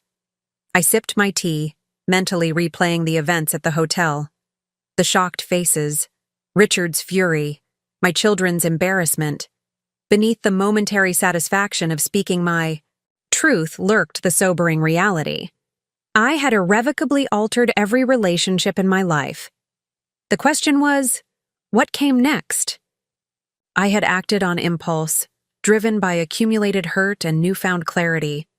But impulse wouldn't sustain me through the challenges ahead. I needed a plan, a strategic response to whatever Richard would unleash in retaliation. My phone rang, jarring me from my thoughts. The caller ID showed a name I recognized but hadn't expected, Martin Goldstein, my lawyer. Eleanor, he said when I answered, his voice alert despite the late hour. I've received 3 messages from Richard's attorney in the past hour. Care. To tell me what happened tonight. I gave him a concise summary of the wedding, my speech, and the confrontation afterward. Martin let out a low whistle. Well, you certainly don't do things halfway. How solid is your evidence about the affair? The photographs are time-stamped and authenticated. I also have hotel receipts, email exchanges Richard forgot to delete from our shared computer, and credit card statements showing gifts purchased for Margaret dating back years. Good. And the inheritance used for the mortgage? I have all the original documentation. My father's will, the bank transfers, the mortgage payoff. Excellent. There was a smile in Martin's voice now. You've just completely reshuffled the deck, Eleanor. Richard's lawyer is demanding we meet immediately to discuss recent developments. I'm guessing they're worried about potential fallout beyond just the divorce. What kind of fallout? Professional consequences, mostly. If Richard was conducting an affair with Margaret while working on joint projects with her husband's publishing company, there could be ethical implications, conflicts of interest. Plus, the social embarrassment is considerable. I hadn't considered these broader ramifications. My focus had been so personal on the betrayal, the lies, the revision of our shared history, that I hadn't fully thought through how my revelations might impact Richard's professional standing. What happens now? I asked. Now we leverage your position. They'll want to settle quickly and quietly. We push for significantly better terms. Martin paused. But first, I need to know what you want, Eleanor. Is this primarily about financial security, recognition, or something else? The question caught me off guard. What did I want? For so long, my wants had been secondary, subordinated to the needs of my family. Even my initial anger about the divorce had been tangled up with fear of financial insecurity, fear of loneliness, fear of a future I hadn't chosen. But tonight had changed something fundamental. Speaking my truth had awakened a sense of agency long dormant. I want what's fair, I said finally. The house free and clear, no conditions, no maintenance payments tied to Richard's goodwill. Half of our retirement accounts and investments, and recognition in the divorce decree of my contributions to Richard's career and our family's financial stability. That's reasonable and achievable, Martin said. especially now. I'm guessing they'll counter with a quick settlement offer, hoping to contain the damage. When they do, we'll be ready. After we hung up, I felt a curious lightness. I had allies, Martin, Harriet, Matthew. I had evidence. Most importantly, I had found my voice again. I carried my empty teacup to the kitchen, noticing a stack of mail I'd neglected earlier. Sorting through it, I paused at an envelope addressed to me personally. Not Mr. and Mrs. Montgomery, as most of our correspondence was labeled, but Eleanor. Montgomery, specifically. Inside was a letter from Millfield Community College, responding to an inquiry I'd apparently made about their adult education programs. I frowned, confused. I hadn't contacted them. Then I saw the handwritten note paperclipped to the college brochure. Grandma, I looked up some programs I thought you might like. You always said you wanted to finish your degree. Maybe now you can. Love, Matthew. My eyes filled with tears. My grandson had planned this before tonight's events, believing in my potential long before I'd found the courage to stand up for myself. I spread the brochure on the counter, scanning course offerings and degree programs, literature, history, psychology. Fields I'd once dreamed of exploring before life took me in a different direction. Was it ridiculous to consider starting college at 73? Perhaps. But then I'd already done the most frightening thing imaginable, spoken truth to power, reclaimed my narrative publicly. Compared to that, enrolling in a few classes seemed almost mundane. My phone buzzed again. Catherine this time. I hesitated. Before answering, "Mom?" Her voice sounded strained, exhausted. "Are you home?" "Yes." "Is it okay if I come over? To talk?" "Just me, not Dad or Thomas." This was unexpected. Catherine had always been Richard's daughter first, aligned with his perspectives, adopting his values. What could she possibly want to discuss that couldn't wait until morning? "It's very late," I said carefully. "I know. I wouldn't ask if it wasn't important." She paused. "Please, Mom." Despite my wariness, I heard something in her voice, a vulnerability rarely displayed by my fiercely self-sufficient daughter. "All right," I agreed. "I'll put on fresh tea." As I filled the kettle again, I considered the possible motivations for Catherine's visit. Was she coming as Richard's emissary, tasked with damage control? Or was there something else? Some other reason she needed to see me tonight of all nights? I glanced at the college brochure still open on the counter, at the stack of evidence, in my purse, at the empty space where Richard's coat had once hung. Whatever Catherine wanted, whatever came next in this unfolding drama, I would face it as this new version of myself.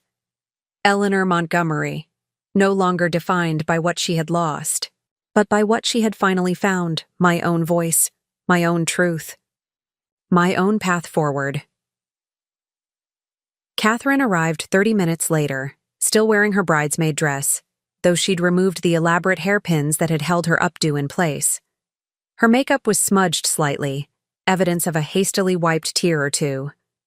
She hesitated at the threshold as I opened the door, as if suddenly uncertain of her welcome in the home where she'd grown up. "Come in," I said, stepping aside. "The tea's ready."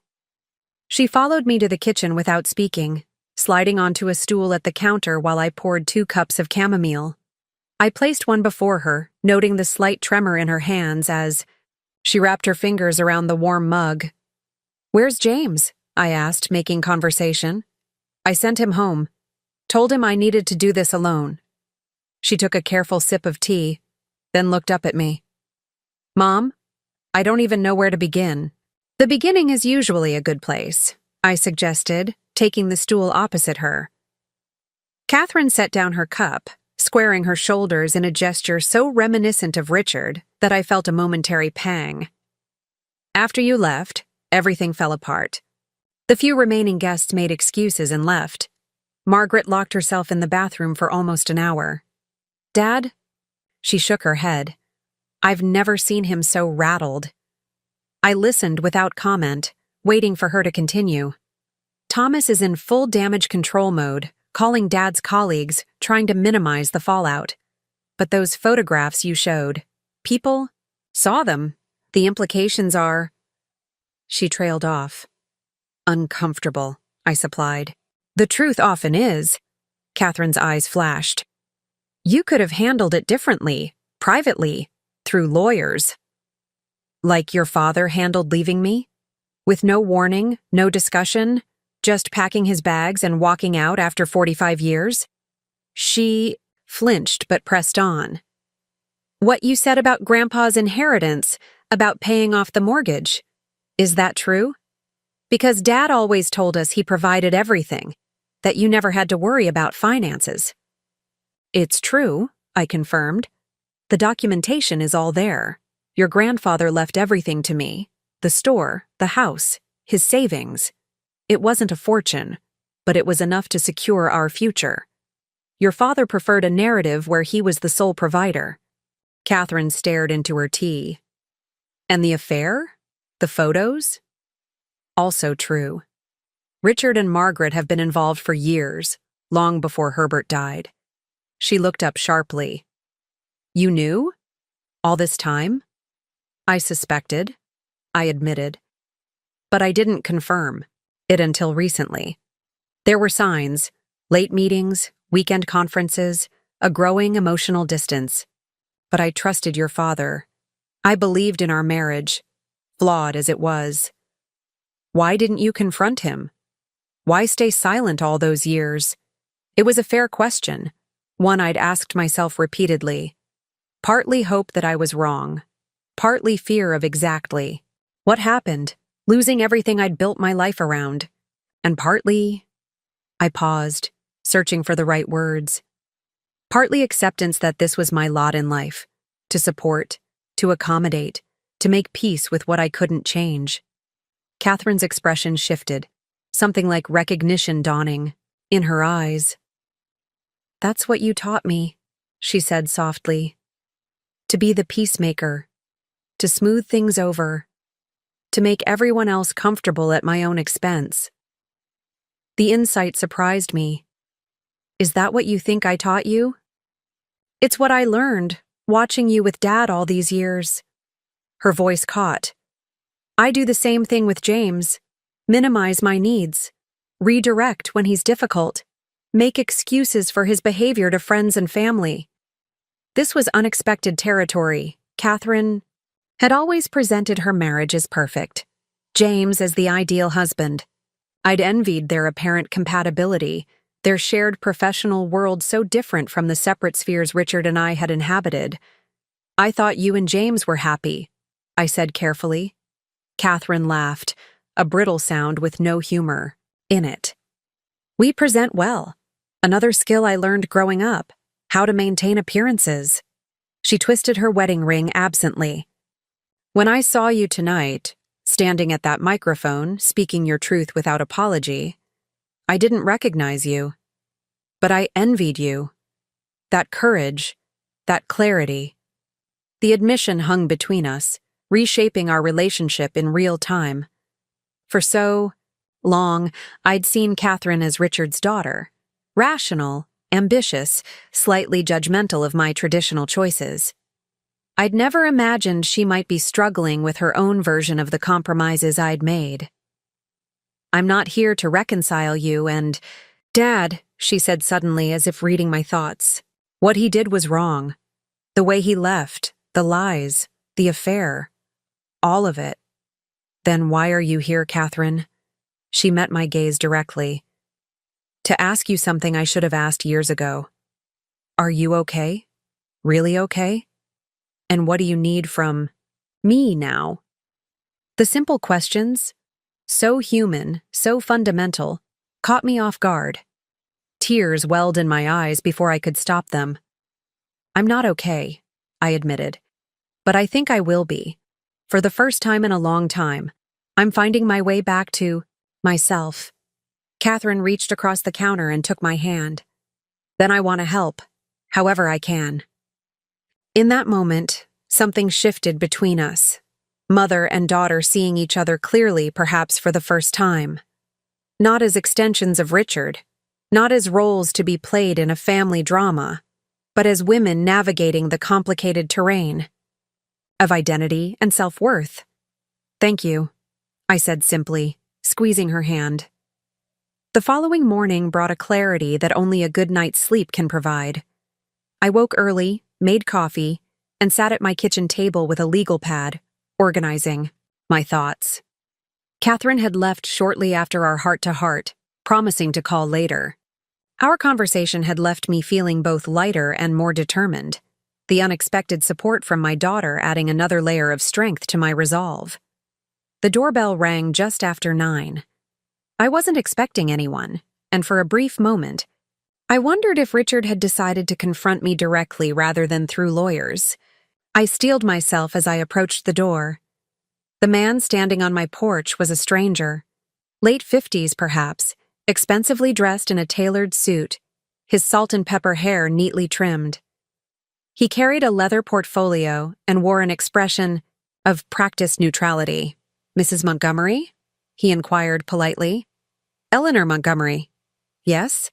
My name is David Reynolds. I'm Margaret's brother-in-law, Herbert's brother." I stood frozen for a moment, caught completely off guard. Of all the people who might appear at my door the morning after the wedding, Herbert Reynolds' brother had never crossed my mind. "I apologize for coming unannounced," he continued, "but I believe we have matters of mutual interest to discuss." Curiosity overcame caution. I stepped back, opening the door wider. "Please, come in." I led him to the living room, offering coffee which he accepted with a nod of thanks. Once we were seated, an awkward silence fell between us. "I imagine you're wondering why I'm here," David finally said, setting his cup down carefully. The thought had crossed my mind. He opened his portfolio and removed a manila envelope similar to the one containing my photographs from the night before. "I understand you made quite an impression at Richard and Margaret's wedding celebration." "News travels fast," I observed, dryly. "In certain circles, yes." He leaned forward slightly. "Mrs. Montgomery, I want to be direct. My brother Herbert was a good man. Flawed, certainly, but decent at his core. His marriage to Margaret was—" He paused, choosing his words. "Carefully, not what it appeared to be publicly." I waited, sensing there was more. Herbert suspected Margaret's infidelity for years, though he could never bring himself to confront her directly. Pride, perhaps, or simply a deep aversion to conflict. Instead, he confided in me, shared his suspicions, his pain. David slid the envelope across the coffee table toward me. After his death, while settling his affairs, I discovered these among his personal papers. He'd hired a private investigator the last year of his life, but never acted on the information gathered. With slightly trembling fingers, I opened the envelope. Inside were more photographs, Richard and Margaret together in various locations, on different dates than the ones I'd obtained.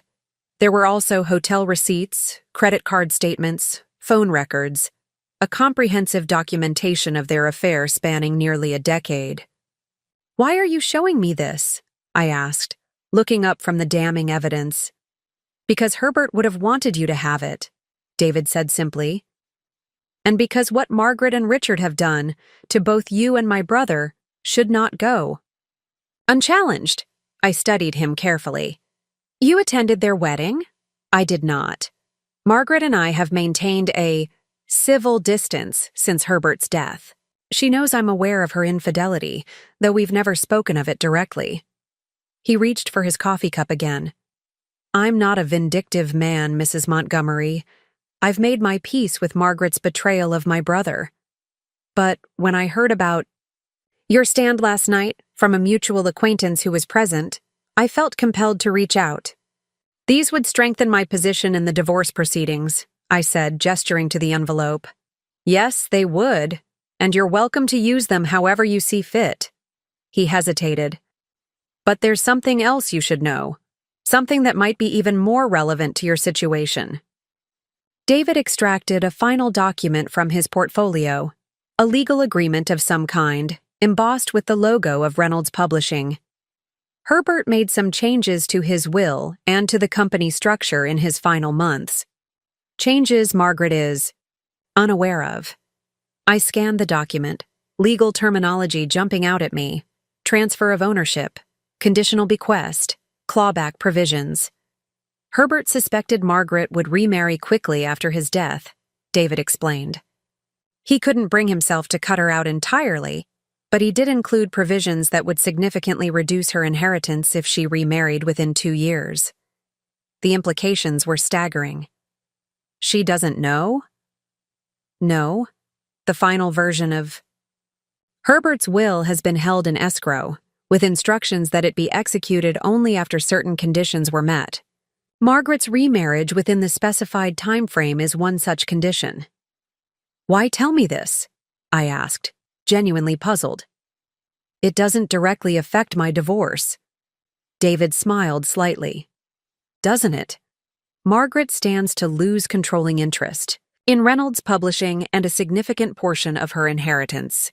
This will impact her financial standing considerably, and by extension, Richard's.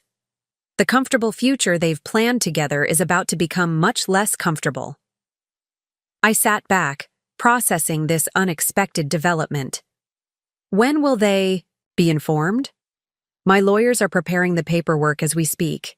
It should be delivered within the week. He closed his portfolio. I wanted you to know first, to incorporate this information into your strategy. Why? I pressed. You don't know me.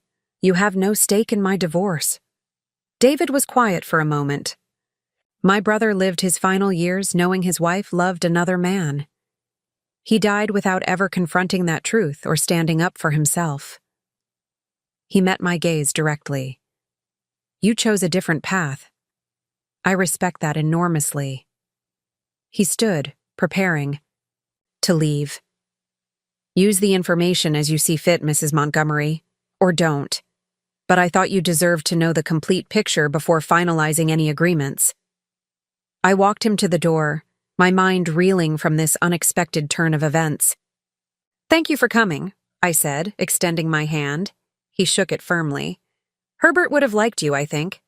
You have something he lacked, the courage to speak uncomfortable truths. As I watched David Reynolds drive away, I felt an odd sense of kinship with a man I'd never met. Herbert Reynolds, another casualty of Richard and Margaret's self-serving narrative. I returned to my kitchen table, adding these new developments to my notes. Richard and Margaret had constructed an elaborate future based on combining their resources, her inheritance and publishing connections, his engineering reputation, and retirement accounts. Without Margaret's expected windfall, that future would look very different. The phone rang. Martin Goldstein, my lawyer. Eleanor, he said without preamble. Richard's attorney just called. They want to meet tomorrow to discuss an expedited settlement, I smiled to myself. I'll be there. And Martin, I have some new information that might be relevant to our position. The wheels of justice, it seemed, were turning faster than expected. The law offices of Goldman, Patel, and Associates occupied the 15th floor of a downtown high-rise, their reception area a study in understated luxury. Leather seating, abstract art, discreet lighting. I arrived 20 minutes early, dressed in a navy pantsuit I'd purchased the previous afternoon during a rare shopping spree. The ensemble was professional, elegant, and, most importantly, nothing Richard had ever seen me wear. Martin greeted me warmly, escorting me to a conference room where we could speak privately before the meeting. You look ready for battle, he observed with approval. I am, I confirmed, then briefed him on David Reynolds's visit and the unexpected leverage it provided. Martin's eyebrows rose incrementally as I spoke. When I finished, he gave a low whistle. Well, that changes the landscape considerably. Richard and Margaret are building their new life on financial assumptions that are about to be upended. Exactly, and they don't know it yet. which puts us in an excellent position. Martin laid out several documents on the table. Richard's lawyer has already proposed revised terms, still inadequate, but better than the original offer. They're clearly motivated to settle quickly after your public revelations. We spent the next 15 minutes reviewing our counterproposal, the new information strengthening our position without needing to be explicitly mentioned. By the time we heard voices in the hallway, our strategy was firmly in place. Richard entered first, followed by his attorney, Harold Winters, a contemporary of Martin's with a reputation for aggressive negotiation. They were followed by a court reporter who would document the proceedings. The moment Richard saw me, he faltered slightly. Perhaps it was the new outfit, so different from my usual modest dresses. Perhaps it was the straight-backed confidence of my posture, or the calm directness of my gaze. Whatever the cause, I registered his momentary disorientation with quiet satisfaction. "Mrs. Montgomery," Harold began once we were all seated, "we appreciate your willingness to meet on short notice. Given recent developments, we believe it's in everyone's best interest to reach a prompt and equitable resolution." "We agree entirely," Martin replied smoothly. Prompt and equitable being the operative words. Harold slid a document across the table. "We've prepared a revised proposal that we believe addresses some of your client's concerns regarding the matrimonial home and ongoing financial support." Martin made a show of reviewing the document, though we'd already discussed its contents. "This is a step in the right direction," he acknowledged, "but still falls short of recognizing the full extent of Mrs. Montgomery's contributions to the marriage and Mr. Montgomery's career." Richard shifted in his seat, but remained silent, allowing his lawyer to speak for him. "Mr. Montgomery has been more than generous," Harold countered. "The matrimonial home, a substantial lump sum payment, and ongoing support well above standard guidelines for a marriage of this duration." "Generous?" Martin echoed with perfectly calibrated skepticism. "My client invested her entire inheritance into the matrimonial home. She worked to support the family during Mr. Montgomery's career setbacks. She forgoed her own education and career opportunities to facilitate his professional advancement." I watched Richard's face as Martin spoke, noting the tightening of his jaw, the subtle flush creeping up his neck. He hadn't expected this level of resistance. He'd assumed, as he had throughout our marriage, that I would eventually acquiesce to his terms. "Furthermore," Martin continued, "there's the matter of the undisclosed relationship with Margaret Reynolds during the marriage, which constitutes marital misconduct under state law." Harold's expression hardened. "We're not here to litigate the personal aspects of—" "On the contrary," Martin interrupted. "When personal decisions have financial implications, they become relevant to these proceedings. Mr. Montgomery diverted marital assets to sustain this relationship, travel expenses, gifts, hotel accommodations. These expenditures constitute dissipation of marital assets." Richard leaned forward, finally breaking his silence. "This is absurd. I never—" Martin raised a hand, cutting him off.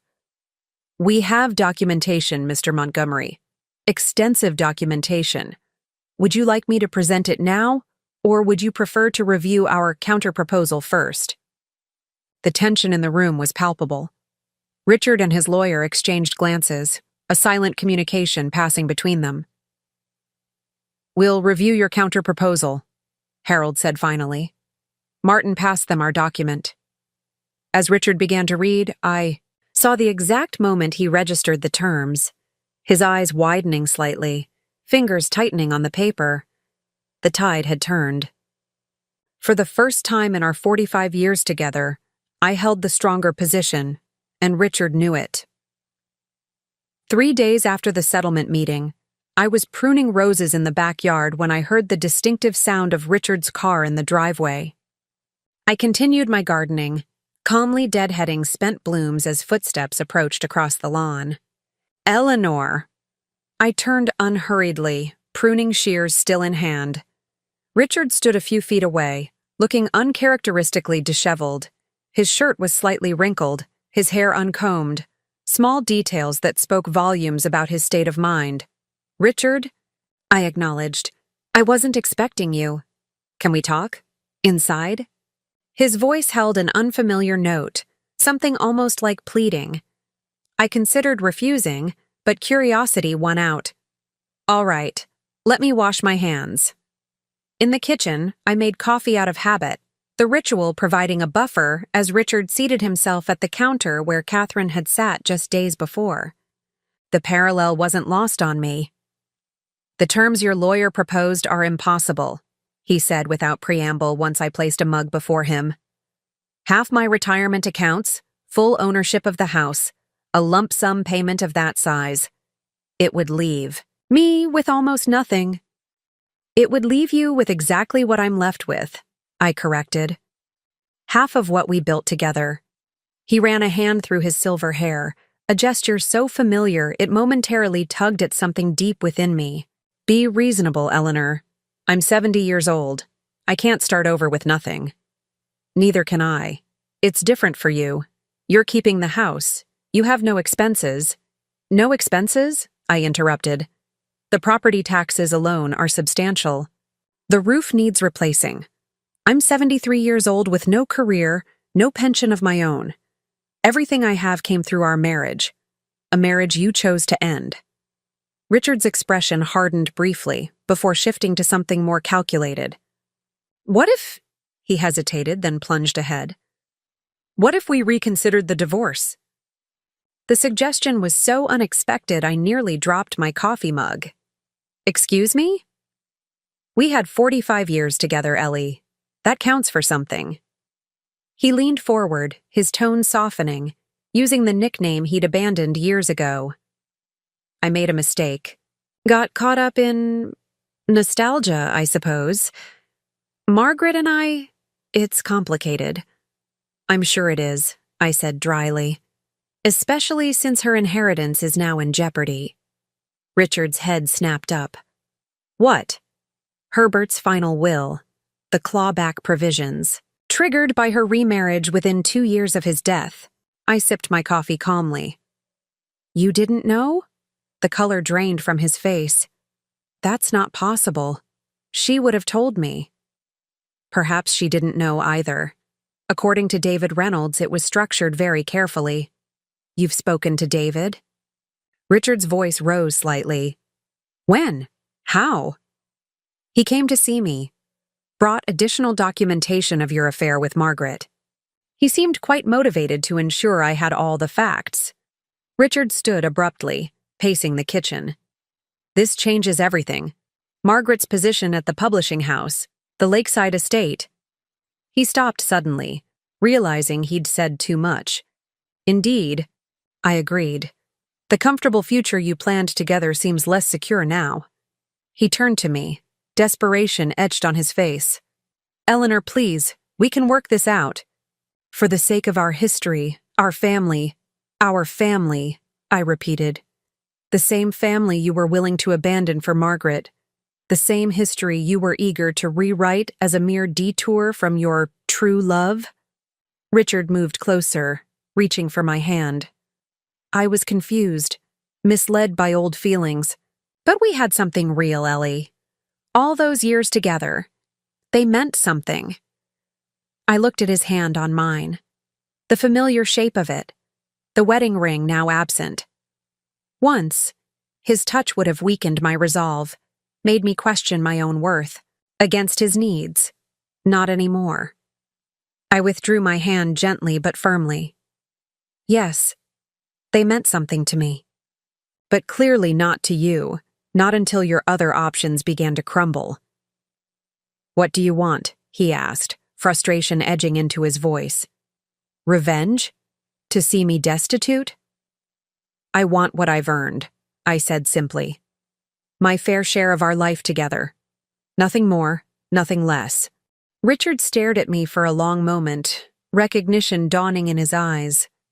This was not the Eleanor he knew, the accommodating wife who could be reasoned, cajoled, or manipulated into compliance.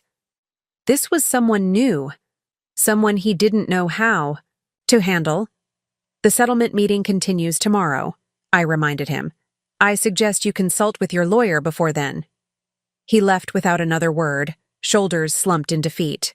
As I watched him drive away, I felt no triumph, no vindication, only a quiet certainty that I was, at last, standing firmly on solid ground. The final settlement agreement was signed on a Tuesday morning, exactly 1 month after the wedding that had irrevocably altered the course of my life. I sat beside Martin in the judge's chambers, watching as Richard's pen moved across the document with reluctant finality. When he finished, he handed the pen to me, our fingers briefly touching in the exchange. Our eyes met for a moment, a fleeting connection that held echoes of a shared past without any promise of a future. I signed my name with steady strokes, officially ending 45 years of marriage. The terms were fair, even generous by conventional standards. I retained full ownership of the house on Maple Street, free and clear. Half of our retirement accounts and investments were transferred to my name. A lump sum payment compensated for my contributions to Richard's career and our family's stability. Most importantly, a clause acknowledged that my inheritance had paid off the mortgage, a small victory of truth over convenient fiction. "Congratulations, Mrs. Montgomery," Martin said as we left the courthouse, shaking my hand warmly. "You've secured your future." "Thank you for everything," I replied sincerely. "I couldn't have done this without your guidance." "You did the hard part," he countered. "You found your voice." As we descended the courthouse steps, I spotted Catherine waiting by the curb, leaning against her car. She straightened when she saw me, her expression a mixture of concern and relief. "It's done," I told her as she approached. "All signed and official." She nodded, glancing past me toward the courthouse entrance where Richard was emerging with his lawyer. "Are you okay?" "I'm at peace," I said, realizing as the words left my mouth that they were true. The anger that had fueled my initial stand had gradually transformed into something quieter but more enduring. A steady conviction in my own worth. "Can I take you to lunch?" Catherine asked. "To celebrate? Or commemorate? I'm not sure what the right word is." I smiled. Lunch would be lovely. At a small bistro downtown, over soup and salad, Catherine filled me in on the aftermath of the wedding and subsequent events. "Dad and Margaret have postponed their Mediterranean cruise," she said. "Apparently there are some financial matters to resolve first." I nodded, unsurprised. The clawback provisions in Herbert's will had been executed as David promised, dramatically, altering Margaret's circumstances. The Lakeside estate was being sold, her position at the publishing house reduced to an honorary role without controlling interest.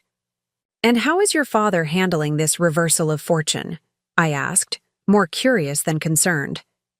Catherine studied her water glass. "Not well. He's staying with them, Margaret and her son, while they sort things out. Thomas has spoken with him more than I have, but—" She hesitated. "I think he's beginning to realize what he sacrificed for what he thought he wanted. There was a time when this knowledge would have brought me satisfaction, even vindication. Now I felt only a distant sadness for the man who had thrown away decades of commitment for a fantasy that had crumbled in his hands." "And you?" I asked. "How are things with James?" A small, determined smile crossed Catherine's face. "We're in counseling. It's challenging, but necessary.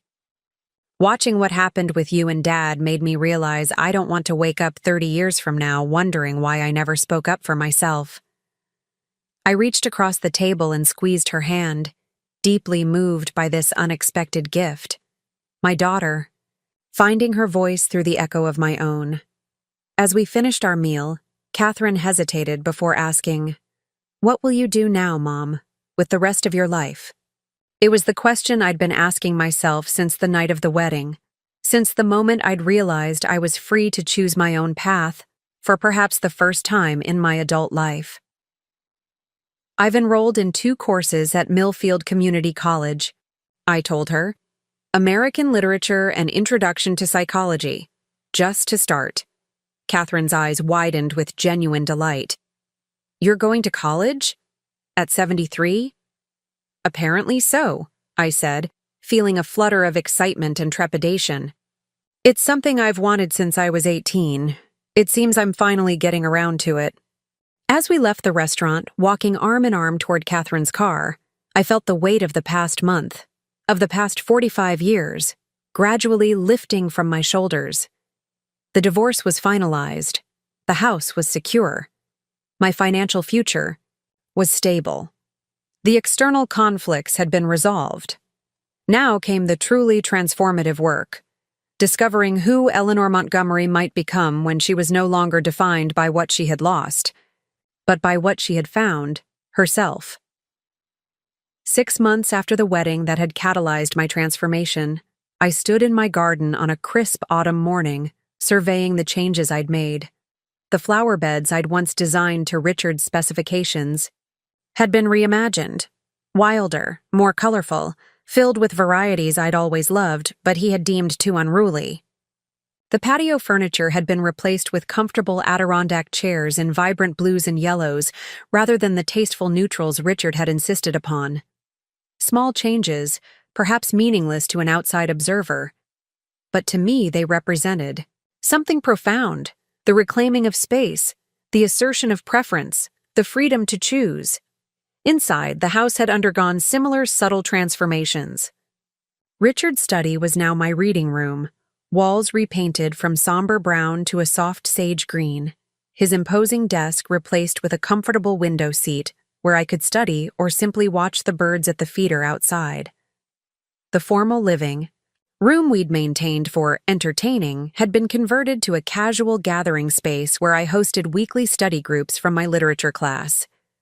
My life had expanded in ways I hadn't anticipated. The college courses I'd tentatively begun had awakened a passion for learning long suppressed. I'd made friends among my classmates, most younger, some my age, all supportive of my belated academic journey. "You're our inspiration," my psychology professor had told me after I'd aced the midterm. A living reminder that it's never too late to begin again. Family dynamics had shifted as well. Thomas had remained distant initially, loyal to his father's narrative despite the evidence, but Matthew had acted as a bridge, insisting his father drive him to visit me regularly, gradually thawing the ice between us. Catherine had become a closer ally than I'd ever imagined possible. Our weekly lunches a highlight I looked forward to. Richard himself had faded from my life with surprising completeness. I heard occasional updates through the children, his hasty retreat from Margaret's home once her financial situation deteriorated, his temporary stay in Thomas's guest room, his eventual rental of a modest apartment near his old university. The grand romance had collapsed under the weight of practical realities, leaving him diminished but still stubbornly unwilling to acknowledge his mistakes. I felt no gloating satisfaction in his reversal of fortune, merely a philosophical acknowledgement of consequences naturally following actions. My focus remained firmly on my own journey forward rather than his path backward. On this particular morning, as I collected fallen leaves from the garden path, my phone chimed with a text from Harriet. "Exam results posted. Check online." With nervous excitement, I hurried inside, logging into the college portal to find my grade for the American Literature final examination. A. At 73, I had earned my first college A. Tears of pride and joy welled in my eyes as I snapped a photo of the screen and sent it to Catherine, Matthew, and Harriet, my personal cheerleaders in this new chapter. Catherine responded first. "Knew you could do it. Celebration dinner tonight?" Matthews came next. "Awesome, Grandma! Smarter than all of us!" Finally, Harriet. "First day of many. So proud of you, friend." I set the phone down, moving to the kitchen window that overlooked my transformed garden. The woman reflected in the glass was someone I was still getting to know. A student, a grandmother, a gardener, a survivor. No longer defined primarily as someone's wife, but as herself. Eleanor Montgomery, author of her own story. The future stretched before me, not limitless perhaps at 73, but far more expansive than I had ever imagined possible.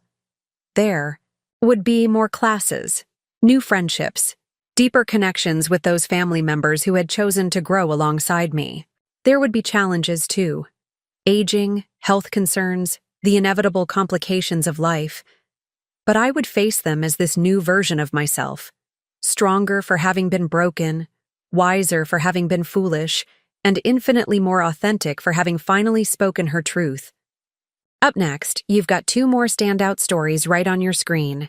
If this one hit the mark, you won't want to pass these up. Just click and check them out. And don't forget to subscribe and turn on the notification bell so you don't miss any upload from us.